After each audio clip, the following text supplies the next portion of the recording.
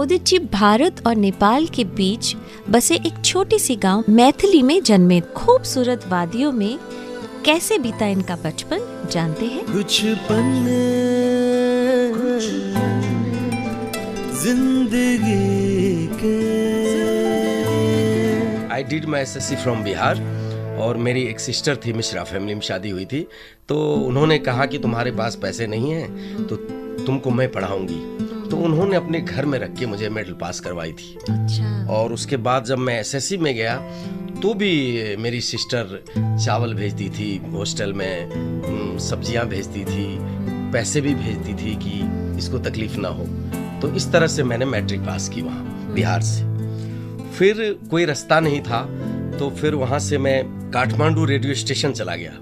अब आप बोलेंगे कि ये कैसे हुआ। Basically we are from borders, Indo Nepal borders. हम लोग झा लोग हैं, हमारे प्रकाश झा डायरेक्टर है ना, तो वो भी बॉर्डर के ही हैं, बेतिया के हैं। गंगा रिवर की बहन कहते हैं कोशी रिवर। अच्छा। तो कोशी रिवर बीच में है, कोशी रिवर के उस साइड बिहार आता है, कोशी रिवर के इस साइड नेपाल आता है। That is called Mithila Nagari. We are Maithilis and you can find Maithilis between border of Bihar and Nepal. इसलिए हम लोग इंडो नेपाल बॉर्डर बोलते हैं। तो मेरे पिताजी, फादर, ग्रैंडफादर सब वगैरह नेपाल की भूमि में पैदा हुए।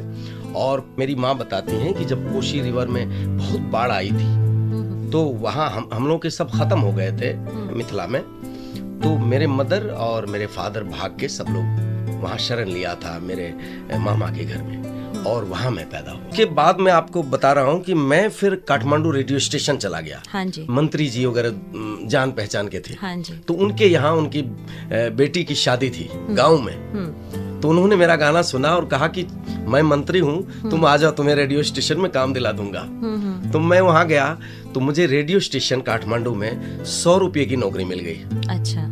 आज से 25 साल पहले 100 रुपये की वैल्यू थी, लेकिन इतनी भी नहीं थी कि उस कैपिटल ऑफ नेपाल में हम वो 100 रुपया से अपनी जिंदगी चला लेंगे। बहुत ही मुश्किल था। मेरे घर भी नहीं थे काठमांडू में, खाना पीना मतलब काफी प्रॉब्लम थी मुझे। कई बार रेडियो स्टेशन में सो जाया करता था। अच्छा। हाँ, आप यकीन नहीं करेंगे, पैसा हो नहीं पाता था। तो रात को मैंने कॉलेज भी वहीं से की, काठमांडू से। और रात को फिर 10 बजे, 11 बजे, 12 बजे रात को मैं 5 स्टार होटल में जाके गाना गाया करता था। अच्छा। तो मुझे उससे 100-200 रुपये की और इनकम ज्यादा हो जाती थी। तो इस तरह से मैंने वहाँ 8 साल 9 साल निकाले मैंने। मुझे याद है बचपन में हम लोग जब आपने शुरुआत की थी तब एक बार हम काठमांडू गए थे। जी जी। जिस होटल में थे, मुझे भी होटल का ना शंग्रीला करेक्ट। राइट। आप वहाँ गाते थे। जी जी।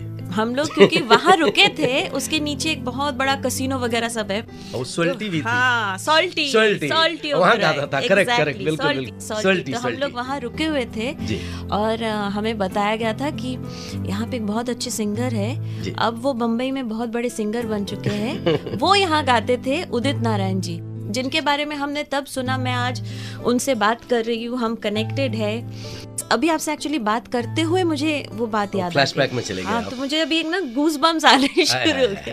आपको बताता हूँ, उस दरमियान में इंडियन एम्बेसी है वहाँ। दिवाली में, दशहरे में, कृष्ण जी के जन्मदिन पे, ईद पे वहाँ फंक्शन हुआ करता है। उस फंक्शन के लिए मेरे कई दोस्त लोग बोले वहाँ चलो, एम्बेसडर सुनेंगे तुम्हारे गाने, वहाँ के तमाम ऑफिसर सुनेंगे, तुमको एक प्लेटफॉर्म मिल जाएगा। तो मैं कंटिन्यू वहाँ फंक्शन में जाया करता था। तो उस दरमियान अपने एम्बेसडर साहब और वहाँ जितने ऑफिसर्स थे वो बड़े खुश थे मेरे से। तो एक दिन मैंने उनसे कहा कि सर, इतने सालों से मैं सेवा कर रहा हूँ आप लोगों की, मुझे म्यूजिक स्कॉलरशिप दे दीजिए और मुझे बम्बई भेज दीजिए। अच्छा। मेरा एक ड्रीम है, एक मेरा सपना है। तो बोले कि बहुत मुश्किल है, वहाँ मत जाओ, आप कहीं और चले जाओ, क्योंकि हम लोग स्कॉलरशिप भी आपको देंगे ना तो 200-250 रुपया पर मंथ आपको मिलेगा और वहाँ लॉजिंग का भी प्रॉब्लम होगा आपको। पता नहीं भगवान ने क्या मेरे दिमाग में उस वक्त ऐलान किया होगा कि मैंने कहा कि सर, जो भी होगा, जो भी तकलीफें मुझे होगी, मुझे मंजूर है, लेकिन मुझे स्कॉलरशिप दिला दीजिए और मैं मुंबई जाऊँगा। तो बोले ठीक है, और मुझे स्कॉलरशिप मिल गई। 78 के जुलाई और अगस्त में बारिश के टाइम में मैं मुंबई आया था। कुछ पन्ने जिंदगी